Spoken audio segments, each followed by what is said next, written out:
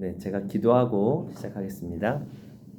하나님, 우리의 바쁜 삶 속에서 우리 안에 계신 주님이 오늘 우리에게 말씀해 주셔서 우리를 깨워주시고 잃어버렸던 것들을 다시 찾게 하시며 이 귀한 시간 주님이 발걸음으로 인도하여 주셨사오니 이 시간 하나님의 지혜와 하나님의 사랑으로 우리를 새롭게 하여 주옵소서. 혼란스러운 내면 또 해야 할 여러 일들을 뒤로 한 채로 하나님 앞에 모든 걸 맡겨드리며 나아가기를 원합니다. 우리에게 말씀해 주셔서 내면 세계의 질서와 영적 성장을 이룰 수 있도록 인도하여 주시옵소서. 여기 모인 우리들 또 동영상으로 시청하는 모든 성도들 마음 문을 열어주셔서 하나님의 뜻을 깨닫게 하여 주시고 이 시간이 우리 모두에게 귀하고 소중한 시간으로 남도록 은혜 내려 주옵소서. 예수님의 이름으로 기도드립니다. 아멘. 네, 오늘은 14번째 강의입니다. 또 우리 권사님께서는 처음으로 이렇게 함께 해주셨는데 정말 감사합니다. 네, 동영상으로 또 시청을 하셨기에 또 오신 것 같고 저희가 7월 말까지 내면 세계 이제 하는데요. 그 강의에 앞서서 저희가 이렇게 이 강의를 듣고자 하는 동기는 물론 이제 교구장에 하니까 또 오시는 분들도 계시고 그렇지만 또 어떤 분들은 정말 좀 혼란스러운 삶, 바쁜 현대사회 속에서 이 강의를 통해서 내면의 좀 질서를 잡고 싶고 또 너무 정신없이 살다가 잃어버린 것들을 다시 하나님 안에서 찾고 싶고 또 정리하고 싶고 또 그렇게 내면을 풍성하게 공허하고 외로운 어떤 그런 내면을 하나님으로 채워서 좀 이 삶을 살아가고 싶어 하는 분들일 거라고 생각을 합니다.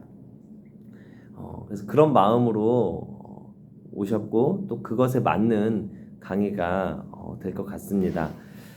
먼저 내면 세계가 질서 정연한 상태에 있다면 그리스도 앞에서 홀로 잠잠히 있는 것을 두려워하지 않기 때문일 것이다. 네. 홀로 있는다는 거 굉장히 어렵습니다. 요즘은 더 어렵습니다. 혼자 있으려면 연락을 차단을 해야 되고 바쁜 일상을 뒤로 해야 합니다. 그래서 골방에서 기도하라 라는 말이 있잖아요. 그것은 바로 혼자 있는 시간을 꼭 가지라는 겁니다.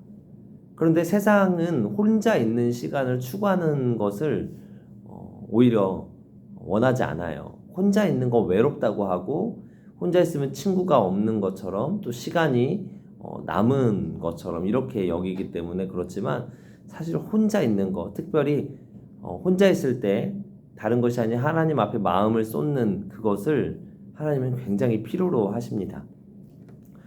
그리스도인이 흔히 무시하는 매우 중요한 영적 훈련 4가지를 소개하려고 하는데 그것은 첫 번째 침묵과 고독 추구, 그리고 두 번째는 하나님의 음성 듣는 거, 그리고 세 번째는 사색, 그리고 묵상, 그리고 네 번째는 예배하고 중보하는 기도입니다. 오늘은 그 중에서 침묵과 고독의 추구를 다루도록 하겠습니다. 앞으로 4주 동안은 오늘을 포함해서 4주 동안은 이 하나하나를 이렇게 다뤄보면 좋을 것 같은데 침묵과 고독입니다. 오래전부터 내면의 영성 생활을 추구한 사람들은 조용한 환경이 중요하다는 사실을 알았고 침묵, 고독, 그리고 내적 평안을 서로에게 강조했습니다. 자, 침묵과 고독이에요, 여러분. 내면의 정원을 가꾸려면 침묵과 고독의 시간이 꼭 필요한데 그런 시간을 갖지 못하게 방해하는 소음에 대한 무서움은 잘 인식하지 못합니다. 그걸 소음에 대한 무서움이라고 제가 표현을 했어요. 침묵과 고독, 그걸 방해하는 소음이 무섭다라고 저는 일부러 썼습니다. 하나님을 대적하던 사단은 우리 삶의 매 순간을 현대 문명의 소음으로 뒤덮으려고 합니다. 이런 소음은 그냥 방치되면 하나님의 음성을 압도하게 됩니다. 왜냐하면 하나님께서는 모두에게 보란듯이 말씀하시기보다는 내면의 정원에서 나직이 속삭이시기 때문입니다. 여러분이 한번 하나님을 경험했을 때를 한번 떠올려 보세요. 내가 어떻게 해서 교회에 왔지? 그리고 교회에 그냥 왔다 간 것이 아니라 적어도 여기 계신 분들, 동영상으로 시청하시는 분들은 하나님과 어떤 접선이 있었기 때문에 자리를 하는 거거든요.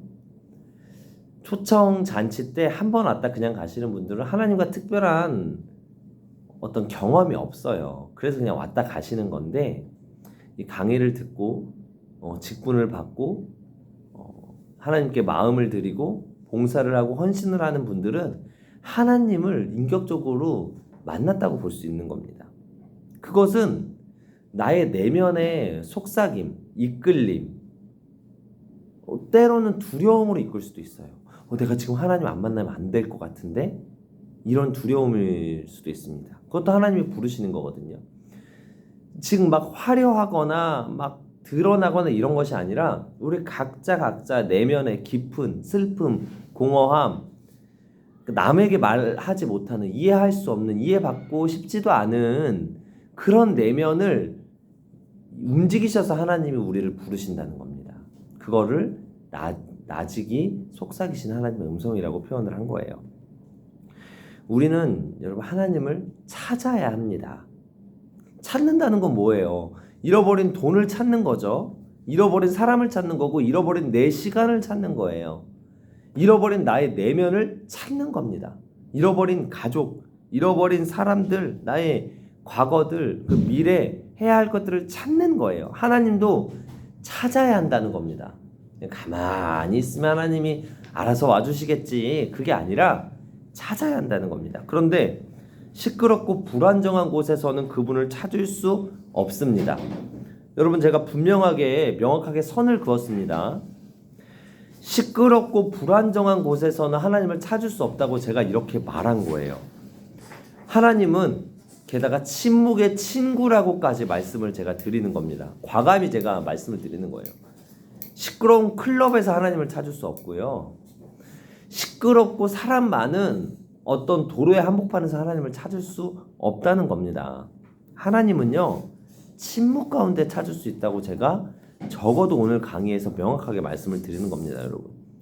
하나님을 찾는다는 거, 나 하나님이 필요해? 그러면 골방으로 들어가셔야 돼요.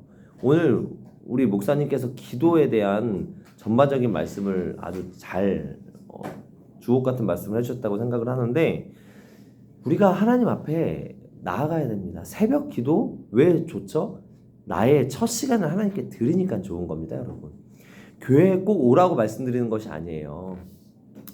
영상으로 예배 드리라고도 말씀드리는 것이 아닙니다. 여러분이 하나님 앞에서 첫 시간을 드리고 하루의 마지막을 꼭 드리시라는 거예요. 밤새도록 잠이 안 와요. 그러면 하나님 하고 무릎 꿇으시라는 거예요. 거실에 혼자 나와서 무릎을 꿇으시라는 겁니다. 골방에 들어가서 나의 내면을 돌아보라는 거예요. 그렇게 기도에 무릎을 꿇다가 졸아도 괜찮아요. 그리고 타인에게 진정한 용기와 위로 그리고 힘을 주기 위해서라도 침묵이 필요합니다. 침묵 가운데 우리를 통해 말씀하신 하나님의 음성을 먼저 맛볼 수 있기 때문입니다. 고요한 가운데 하나님은 먼저 우리의 내면을 만지시고 위로해 주십니다. 그것을 신앙인은 하나님이 비추시는 빛이라고 표현하기도 합니다. 여러분, 우리가 살고 있는 이 세상은 쉴 새 없이 흘러나오는 음악, 잡담, 분주한 일정 등으로 가득 차 있습니다. 병원 예약이든 그 외에 스케줄이든 우리는 딱딱딱 찾고 있어요. 그래서 알람은 굉장히 필수적인 현대인의 필요한 것이잖아요. 대부분의 가정에는 TV나 태블릿 PC, 모바일, 핸드폰을 옆에 두지 않고 자는 사람 많지 않습니다. 자동차와 사무실, 심지어 엘리베이터 안에도 광고 및 전달 매체는 무궁무진합니다. 흔히 말하는 지루한 시간, 심심한 시간, 이런 것을 메꾸기 위한 음악과 영상들이 질비해 있다는 겁니다. 단 몇 초도 참을 수 없어요. 그런데 정말 이 모든 것들이 듣기 좋고 우리에게 보기 좋은 것만 있다는 건 아닙니다. 그것은 어디까지나 소음일 수 있어요. 그렇게 많은 소음에 파묻혀 살아간다면 뒤로 물러나서 고요하고 세미한 하나님의 음성을 듣는 시간을 갖기엔 턱없이 부족합니다. 그래서 휴가 일하시는 분들은 뭐 월차, 연차 이런 것은요 단순히 나에게 즐거움을 주기 위한 그것이 아니라 하나님 앞에서 꼭 필요한 시간이라는 겁니다. 저와 같은 목회자들도 일요일은 사실 하나님 앞에 안식하는 시간, 하나님과 대면하는 시간이 될 수가 없어요. 우리는 일을 해야 하잖아요. 그렇죠? 그렇다면 우리는 따로 시간을 내서 뭐 목요일이나 화요일이나 월요일이나 꼭 하나님 앞에 예배하는 시간을 가져야 합니다. 그 시간을 가질 때와 안 가질 때는 그 일주일의 삶의 질이 너무나 달라집니다. 여러분도요, 독서를 하는 시간, 커피 한 잔을 하는 시간, 기도하는 시간, 말씀을 보는 시간, 이것은 결코 사치스러운 것이 아닙니다. 시간이 없다고 핑계하시면 안 돼요. 우리는 그 시간을 낼 수 있어요. 10분, 20분, 30분, 1시간 낼 수 있다는 겁니다. 그리고 우리는 워낙 소음에 익숙해져서 그것이 없으면 오히려 불안을 느낍니다. 제가 예배 시간을 직접적으로 좀 예로 들었어요. 자, 예배 도중에 오늘과 같이 이 예배 도중에 30초가 만약에 멈춘다고 해요. 그럼 우리는 이제 막 수근수근거립니다. 지금 무슨 일이 생긴 거예요, 지금. 그렇죠?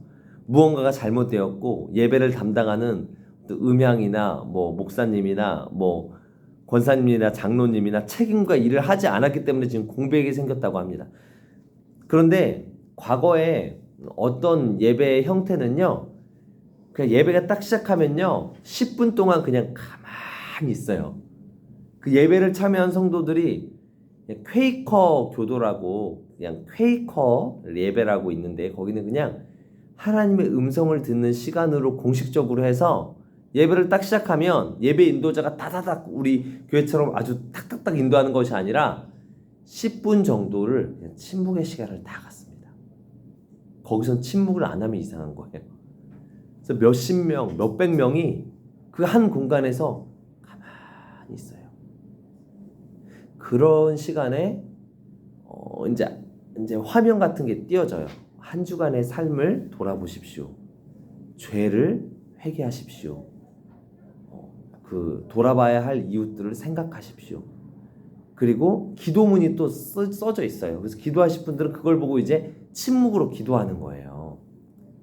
그러면 그 시간에 어떤 사람은 눈물을 흘리기도 하고 자책하기도 하고 막 쓰러져서 울기도 하면서 막 회개하기도 해요. 왜냐하면 혼자 있을 때 침묵하는 게 그렇게 힘들거든요. 한번 여러분의 삶을 한번 돌아보십시오. 여러분께서 지난 시간 동안 침묵하는 시간을 가지셨나요? 따로 떼어놓고 하나님 앞에서 자, 하나님, 지금은 제가 하나님과 함께하는 시간을 가질게요 하면서 시작 하고서 이제 가만히 있었냐는 거예요. 굉장히 어려워요. 그 시간이 너무 아깝고 제가 이제 옆에 뒤에 좀 써놨지만 일단 넘어가겠습니다. 자, 카페에서 누군가와 커피 한 잔을 할 때도 아무 말도 하지 않는 침묵이 10초만 계속되어도 힘들어요. 소개팅을 딱 갔는데 10초 동안 침묵을 하고 있으면 상대방이 나를 마음에 들어 하지 않는구나. 아니면 이 사람은 할 말이 없나. 이렇게 되는 거잖아요. 제가 신방을 갔는데 제가 말없이 10초 동안 그냥 뻔히 이렇게 보고 있다고 생각을 해보세요. 뭔가 이상해요. 그게 우리의 지금 이 분위기와 문화라는 겁니다. 그런데 제가 진한 글씨로 써있죠. 우리 진한 글씨 한번 읽어볼까요? 그러나 가족이나 시작. 그러나 가족이나 친한 친구 및 멘토 등 편한 관계에서는 1분의 침묵도 5분의 침묵도 그렇게 불편하지 않습니다. 그쵸? 가족끼리 어떻게 맨날 말만 합니까? 말없이 밥을 먹을 수도 있죠. 그쵸? 말없이 서로를 그냥 바라볼 수도 있고요. 그냥 어떤 특별히 힘든 일을 겪었을 때 우리가 장례식장 갈 때 친한 사람한테는 굳이 어떤 말을 건네지 않아도 말없이 그 사람 옆에만 있어도 그게 위로가 되잖아요. 그렇죠? 우리가 힘들 때 우리가 가까운 사람이 그저 말없이 같이 앉아만 있어도 밥만 먹어줘도 위로가 되는 거예요. 하나님과의 관계도 딱 마찬가지라는 것입니다. 하나님 앞에서 편안한 시간을 보내야 돼요, 여러분. 여러분에게 하나님의 시간이 어떨지 모르겠어요. 정말 제가 어떨지 모르겠습니다. 여러분의 피드백이 궁금한데 딱 주일에 딱 와서 예배 시작 예배 끝 난 딱 이거 하나님과의 시간 보내고 딱 끝났다 하고 돌아가시는지, 아니면 평소에 저희 이제 예담원을 듣는 어떤 성도님은 일부 예배가 딱 끝나면은 그 남자 성도님인데 권찰님이세요. 남자 권찰님. 여기까지 하면 뭐 남자 권찰이 거의 안 되기 때문에 딱 1부 예배 끝나면 딱 1층에 오셔서 혼자 커피를 드세요. 그러고서 그분이 매일 하는 큐티를 하세요.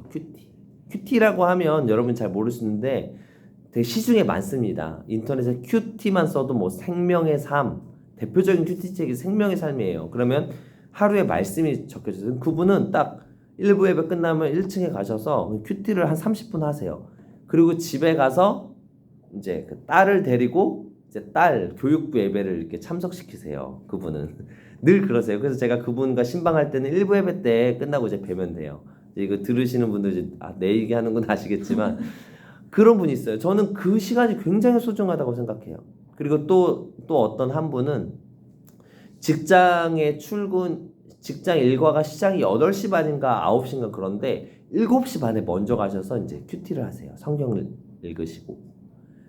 그런 시간들을 전 지금 이야기하는 겁니다, 여러분. 이런 시간들을 좀 가져야 사실 좀 하나님과 편한 관계가 있고, 그래도 하나님께 좀 기도를 하고, 좀 하나님이 나의 친구라고 요한복음에 말씀하셨는데 좀 그런 게 성립되지 않겠습니까? 그렇죠? 주일에 와서 그냥 이렇게 뭐 하고 가면은 그냥 하나님과 얼마나 또 친밀감을 느끼지 못한다는 거죠. 너무 안타까운 거죠. 하나님은 나와 편안한 관계를 갖고 싶어 하시는데. 그래서 때때로는 하나님께서는 그 우리와 같은 시간을, 편안한 시간을 갖기 위해서 때로 우리 삶을 좀 척박하게 만들기도 하세요. 그래서 이런 표현도 해요. 어떤 그리스도 이제 기독교적으로 쓴 소설은 하나님이 아침에 우리 집 소파에 앉아 계신다는 거예요. 예수님이 거기서 너 나와 함께 만나기로 했는데, 너 그렇게 힘들 때는 나와 함께 소파에서 대화도 많이 하고 나눴는데 점점 너가 바빠지니까 나를 뒷전으로 하고 주님 잠깐만요, 저 퇴근 후에 말할게요 하고 이제 출근했다가 퇴근하고서도 이제 주님은 그 자리에 계시지만 그런다는 거예요. 제가 한때 이 내면에 대한 생각을 많이 할 때 읽었던 책들이 좀 있어요. 제가 좀 소개를 해드리면은 예수와 함께한 저녁 식사라는 책이 있어요. 예수님을 의인화해서 한 책인데 저녁 식사 1, 2, 3가 있는데 특별히 1을 추천드립니다. 예수와 함께하는 저녁 식사. 이 책이 굉장히 좋은 책이에요. 이 책을 꼭 보시면 좋을 것 같습니다. 예수와 함께한 저녁 식사. 그냥 이거 피면은 여러분 22시간이면 봐요. 아주 재밌습니다. 저는 이런 책들을 굉장히 많이 봤어요. 굉장히 많이 봤고, 이게 왜 중요하냐면 우리가 이 내면이 하나님 안에서의 내면이잖아요. 그리스도 안에서의 내면을 갖는다는 건 바로 관계예요. 관계. 그래서 이제 다음 학기 때 제가 꼭 기도에 대한 강의를 하려는 게 관계성이거든요. 우리 내면을 사실 풍성하게 채우려면 다른 거 없습니다. 주님과의 대화의 시간이 있어요. 그리고 또 이 내면에 대한 유명한 저자가 있는데 맥스 루케이도라는 사람의 책을 추천드립니다. 맥스 루케이도. 이런 분들은 지금 기독교 소설, 기독교 동화 이렇게 이제 쓰신 분들이에요. 그래서 하나님 앞에서 편한 시간, 고유와 하나님과 관계를 갖는 시간, 이런 시간들이 굉장히 여러분에게 중요하다는 겁니다. 네. 그럴 때 중요한 결정을 할 수 있고 하나님이 주시는 내면의 평안과 만족을 누릴 수 있습니다. 자, 이런 모습은 근데 고독을 동반합니다. 그러니까 고독과 침묵 그리고 주님과의 관계는 필수적이라는 거예요, 여러분. 우리가 그렇게 불편해하는 고독, 그 시간. 가령 점심시간에 회사 다니는 분들은 직원들과 함께 식사를 하고 나서 나는 좀 따로 시간을 보낼게 하면서 혼자 공원을 좀 거닐어 보세요. 그리고 또 그 직원분들과 이런저런 이야기, 좀 더 직접적으로 말하면 잡담이라고 하죠. 수다. 이런 시간을 좀 뒤로 한 채로 하나님과 좀 수다하는 시간을 좀 가져보면 좋을 것 같아요. 자, 그러나 우리는 정기적으로 물러나서 홀로 있는 시간을 가져야 합니다. 자, 다음 단락 보시면 마치 사람 간의 관계 속에서 휘둘려 수많은 소음에 갇혀 사는 것을 저는 난파된 배를 타고 표류하는 사람으로 본다는 거예요. 자, 난파된 배, 언제 빠질지 모르는 그 배를 타고 항해하는 사람, 항해라고도 하지 않죠. 표류라고 하죠. 언제 죽을지 몰라. 그런 사람을 저는 소음에 갇혀 사는 사람이라고 생각합니다. 자, 여러분에게 도움을 주는 사람, 특별히 교인이라면 목사님의 말씀을 통해 여러분이 인사이트를 얻기 원하잖아요. 그러면 목사님을 볼 때 우리가 보는 그 이상적인 모습이 있습니다, 여러분. 자, 딱 설교하는 목사님을 한번 생각해 보세요. 설교하는 목사님이 가볍습니까? 좀 더 적나라하게 표현하자면 촐싹거리는 목사님 있어요, 여러분. 간혹 있을 수 있죠. 뭐 청소년들에게 이제 눈높이를 맞춰주기 위해서 저도 청소년 설교할 때는 일부러 막 촐싹거리면서 설교해요. 막 엄청 빠르게. 그렇지만 일반적으로 생각할 때 목사님은 무게가 있죠. 무게가 있다는 건 뭐예요? 막 이리 휘둘릴 것 같고 저리 휘둘릴 것 같고 그러지 않아요. 저기 배옥순 권사님 이제 구역의 세가족 성도 중에서 이제 김문선 성도라는 분이 계시는데 그분이 저랑 대화하던 중에 아주 아차하는 말을 했어요. 그분이 이제 텐션이 높아요. 그래서 목사님 뭐 하면서 이제 막 얘기를 해요. 목사님 저는 뭐 이렇게 살았고요. 막 바빠요. 바쁜데 제가 예 그러세요. 이제 제가 그냥 이제 저의 대화 방식으로 했더니 그분이 하는 말씀이 대화를 하다 보니까 역시 목사님이시군요. 왜냐하면 저는 텐션이 높은데 저의 높은 텐션에 따라가지 않으시는군요. 역시 목사님이에요. 이런 말을 한 거예요. 그게 뭐냐면 그분이 생각하는 목사님이라 함은 그분이 텐션 높게 막 말하면 막 나도 막 끌려가면서 그래요? 아이고 너무 바빴어요. 막 저도 정신없이 살아요. 이게 아니라 그분이 그렇게 얘기하면 예 그래요. 그렇군요 하면서 그 텐션에 끌려가지 않고 그냥 저는 저의 이야기를 하면서 받아들이는 거 마치 상담하는 사람들처럼 비춰지는 이미지를 우리는 원한다는 거예요.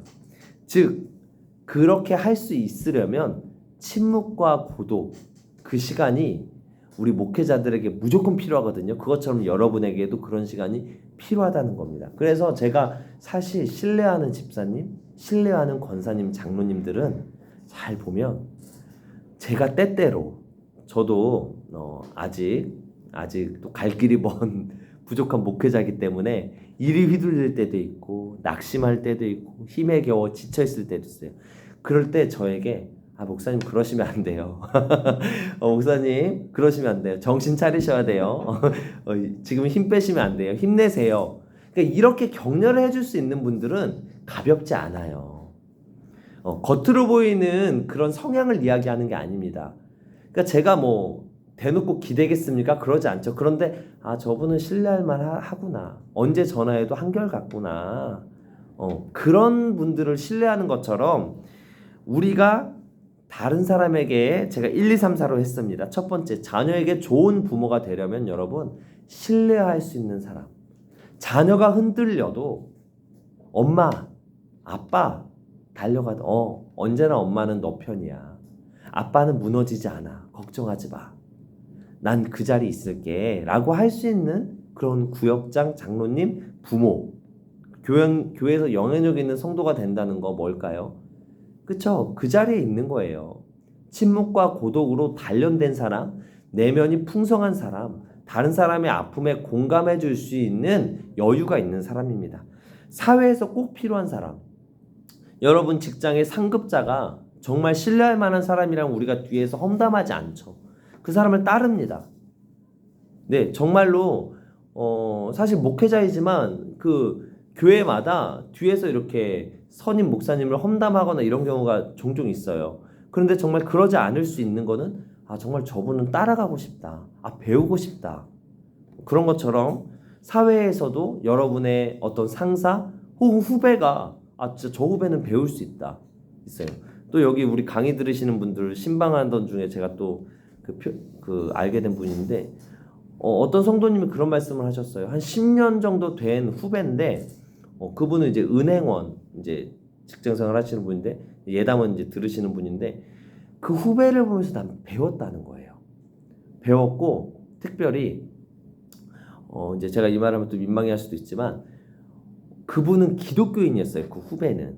근데 이 성도님은 지금 예담원을 들으신 성도님은 이렇게 교회 오랫동안 다니지 않으시던 분이에요. 근데 그 후배는 기독교인이었는데 그 후배가 너무나 괜찮았던 거예요. 너무나 괜찮고 본받을 만하고 자기 일에 착실하고 선후배가기가 너무 좋고 그래서 이제 이 성도님이 그렇게 말씀하셨대. 얘 왜 너는 왜 나보고 같이 교회 가자고 하지 않아? 라고 했다는 거예요. 그 사람이 기독교인인 걸 알았지만 그런데 알고 봤더니 그 후배는 오랫동안 이 선배가 직장 상사가 자신에게 그 선배를 위해서 열심히 기도했다는 거죠. 하지만 입 밖으로 꺼내진 않았던 거예요. 부담될까봐. 하지만 삶으로 보여줬던 거죠. 그래서 자연스럽게 같이 전도가 돼서 그렇게 교회 생활을 이제 시작을 하셨거든요. 그러니까 이처럼 영향력 있고 필요한 사람은 정말 가벼운 사람은 아닌 것 같아요. 기도하는 사람, 뒤에서 섬기는 사람, 그렇게 됩니다. 그리고 네 번째, 선한 이웃도 마찬가지예요. 언제나 전화해도 기댈 수 있고 어떤 도움을 줄 수 있는다는 것은 그런 사람입니다. 딱 보면 우리도 알아요. 우리도 알게 모르게 사람을 판단하면서 살고 있거든요. 이 판단이 나쁜 게 아니죠. 저 사람을 신뢰할 만한가, 신뢰하지 않을 만한가. 그렇죠. 유치원생들도 알죠. 그렇죠. 초등학생들도 알아요. 그래서 난 쟤랑 친하고 싶다. 친구가 많은 친구들은 잘 보면 이 사람한테도 잘하고 저 사람한테도 호의적이고 이렇게 막 남에게 해를 입히거나 자기가 기분 나쁘다고 해서 그걸 막 표현해서 남에게 피해를 주는 사람이 아니에요. 교회 안에서도 그렇죠. 언제나 자기의 마음을 잘 다스리고 성실하게 그 길을 가는 사람. 네. 그래서 저는 좋은 부모가 된다는 거, 영향력 있는 사람이 된다는 거 그렇게 합니다. 네, 위 모든 것들을 행하기 위해서는 난파된 배를 타고 표류해서는 안 되고 단단하고 안전한 육지에 발을 딛고 있어야 돼요. 육지에. 결코 불안한 사람들끼리 뭉친다고 해결되거나 서로 위로를 줄 수 없습니다. 그래서 제가 지난 교회에는 자녀들 둘을 입양하신 어떤 참 존경하는 집사님을 봤는데 그 안수 집사님을 봤는데 입양도 정말 쉽지 않잖아요. 예, 재정 상태 그리고 심리 및 부부 관계 상태 등 다양한 것들을 고려해서 입양을 할 수 있는 자격을 먼저 본다는 거죠. 입양이라고 하면요, 정말 뭐 내 뱃속에서 나지 않는 아이를 이제 데리고 와서 키우는 거, 양육하는 거 아닙니까? 양육을 한다는 것은 능력이 돼야 된다는 것을 보는 거예요. 그렇죠? 그렇기 때문에 정말 그것이 중요하다는 거죠. 나의 내면이 단단한가? 그럼 사실 방법이라면 이거 한번 진한 글씨로 우리 한번 함께 읽어볼게요. 시작. 여러분과 저의 세계에서 침묵은 결코 자연스러운 것이 아닙니다. 우리에게 침묵은 매우 낯설게 느껴집니다. 그러나 우리가 그것을 소중히 여기고 동경하고 열심히 자양분을 준다면 현재의 소란 속에서 마음속에 침묵을 키워나갈 수 있을 것입니다. 침묵의 시간을 갖는데 15분의 시간이 준비 시간이 필요하다는 거예요. 15분. 자, 이제 침묵 시작하면 한 15분 동안 한번 침묵 한번 해보세요. 진짜 온갖 방해 세력이 가득합니다. 막 해야 할 일, 막 빼먹은 전화, 막 지금 내가 해야 될 것이 아주 많이 참아옵니다. 그래서 한번 이 시간에 우리 여러분 30초 한번 침묵해 볼게요. 지금부터. 자, 우리 한번 30초 한번 침묵해 볼게요. 자, 제가 셀게요. 시작.